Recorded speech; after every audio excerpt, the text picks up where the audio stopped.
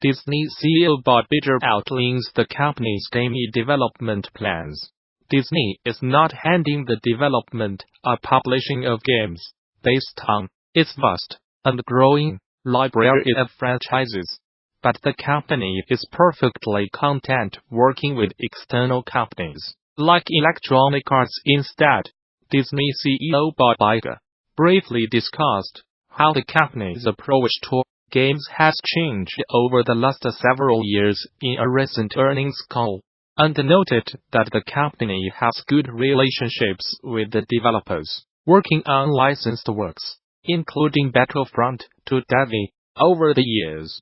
As you know, we have tried our hand at self-publishing. We have bought companies. We have sold companies. We have bought developers. We have closed developers, Iger said in comments, grabbed by Variety, and we have found, over the years, that we have not been particularly good at the self-publishing side, but we have been great at the licensing side, which obviously does not require that much allocation of capital. Some of those closures Iger mentions include the 2016 closure of Disney Infinity developer Avalanche Studios, resulting in 300 layoffs, and the more recent shutdown of the game club Penguin Island, which reportedly caused dozens of layoffs at developer Disney Canada. Disney's current solution, outside of more casual mobile games, is licensing its properties to external developers, something Iger says is a much better fit for the company. The most memorable of those licensing agreements is Disney's ongoing partnership with that, though rocked by some loot box controversy last year, is still alive and well according to Disney. Since we are allocating capital in other directions, we have just decided that the best place for us to be in that space is licensing and not publishing, said Iger. We have had good relationships with some of those with our licensing tour, notably the relationship on the Star Wars properties, and we are probably going to stay on that side of the business and put our capital elsewhere. The Academy of Interactive Arts Sciences has announced that Bob Iger, Microsoft corporate vice president and founder of currently more than 343 Industries, will be the 23rd inductee into the AIAS Hall of Fame this coming February. The AIAS Hall of Fame aims to honor game developers and creators that have played a part in making influential games and moving both genres and the industry forward through their actions. Following her induction on February 13, 2019 at the 22 annual DICE Awards, Ross will join past awardees like Todd Howard Hideo Kojima and Leslie Benzies in the AIAS Hall of Fame. Ross currently serves as the head of 343 Industries and has previously served as producer, lead producer, executive producer, and general manager on several Microsoft Game Studios titles, including the likes of Gears of War, Mass Effect, and Counter-Strike 6 release. She has spent over 20 years working in the game industry, and also notably co-founded the diversity initiative Microsoft Women in Gaming early on in her career. Since leading 343 Industries, Ross has also overseen the development of several hit titles, spanning from Halo 3, ODST, to the upcoming Halo Infinite. This past year has been great in reaching out beyond just the audience, here to people in my local community about video games and game design. However, the study of game design continues to be a mystifying art for some, and it has not gotten any better since I started Game Wisdom 7 years ago. With the growth of the industry and being accepted worldwide, there really needs to be more than just a handful of discussions about game design. The last time we had this discussion, I drew my line in the sand about how I feel about the state of game journalism. I find that the majority of coverage out there from YouTubers and streamers to major sites to be irrelevant. For someone wanting to learn about game design, the majority of information out there is useless. YouTubers making rant videos about companies killing games or being against the gamers is just a tabloid trash, while the professional pieces on major sites tend to fall between someone just reporting what someone else said and fluff pieces that do not really educate anyone on design or the game in question. To continue getting myself into trouble, I do question many people who write and talk about the game industry on their knowledge of game design. If you want to learn about game development and what it means to work in this industry, the majority of sites, YouTubers, and streamers out there will not help you. One of the reasons why I can talk about game design these days is the very fact that I have interviewed over 400 developers about design, not PR, but actual game development. Some days I feel that I am 5 to 10 years ahead of everyone else when it comes to these discussions.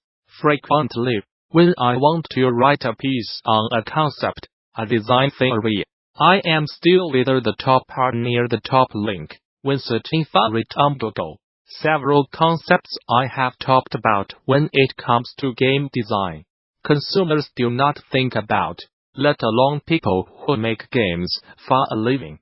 I cannot wait to see the reception of my second book, covering a genre that is over 30 years old, that no one else has ever taken the time or thought to explore from a design and educational perspective. Game development is very hard to put into words, and why most people do not cover it. However, that difficulty also brings me to another problem. Game development is a topic I feel that has not gotten enough credit as a field of study.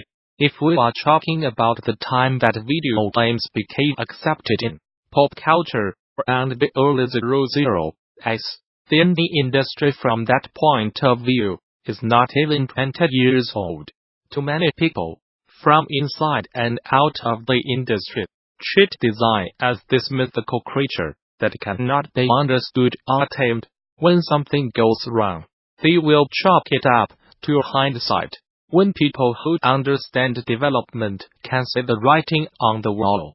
We have said this many times over. What you do not know about how games work can hurt your chances of succeeding. When I examine titles, it's easy for me to see how a game compares to other titles in the genre from a playability point of view. Too often for my tastes, I see games from indie developers that play like they have either never touched a game from the genre, or willingly chose to ignore all design sensibilities from it. The problem with trying to learn game design is that just saying the phrase game design and trying to teach it is akin to saying craftsman or engineer. It is a multifaceted topic across multiple disciplines. Just because you build a game of one genre does not automatically make you an expert in another. Similar to the differences in metalworking versus woodworking. More importantly, even if you made an amazing strategy game, or FPS, that does not mean you are going to be good at making an RPG or platformer.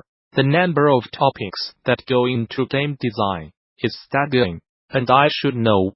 Besides writing about game design, I have 3 years worth of videos examining single topics, and I am nowhere close to covering it all. This makes it very difficult to explain even the basics about game design to people, because there's never just one thing. Good lead design may be universal, but there is a difference between DOV for a puzzle game, a strategy game, platformers, and so on. Someone who wants to learn about FPS design may not care about RPG development when trying to make videos or posts related to game design. The field in of itself is very niche. but they will drill down into the individual topic, makes it even harder for people to find out about it. Outside of common phrases like, how do I build a video game? What is game design? Most people are not typing in specific questions. The real positive I have seen about the growth of game design has not come from game designers or members of the industry, but from the schools and libraries. We are seeing a push to bring video games to education and the study of game design. At the end of the day, game design is both an art and science, and while it's in the tagline for game wisdom, there are many people who only focus on the art and chose to downplay or ignore the science part. If you cannot learn the fundamentals of what it means to design a video game, then chances are you are going to end up with a bad game no matter how much work you put into it. I see this from a lot of indie developers who put their heart and soul into a project and wonder why no one is buying it or it's getting bad reviews, to only find majorly on design issues that should have been caught within 10 minutes of play. I know there are indie developers who do not like the word bad. But guess what? If you actively ignore negative reviews and comments about your game, then you are never going to improve. It's very easy to look at the structure of a game and write it off as someone telling you what to do.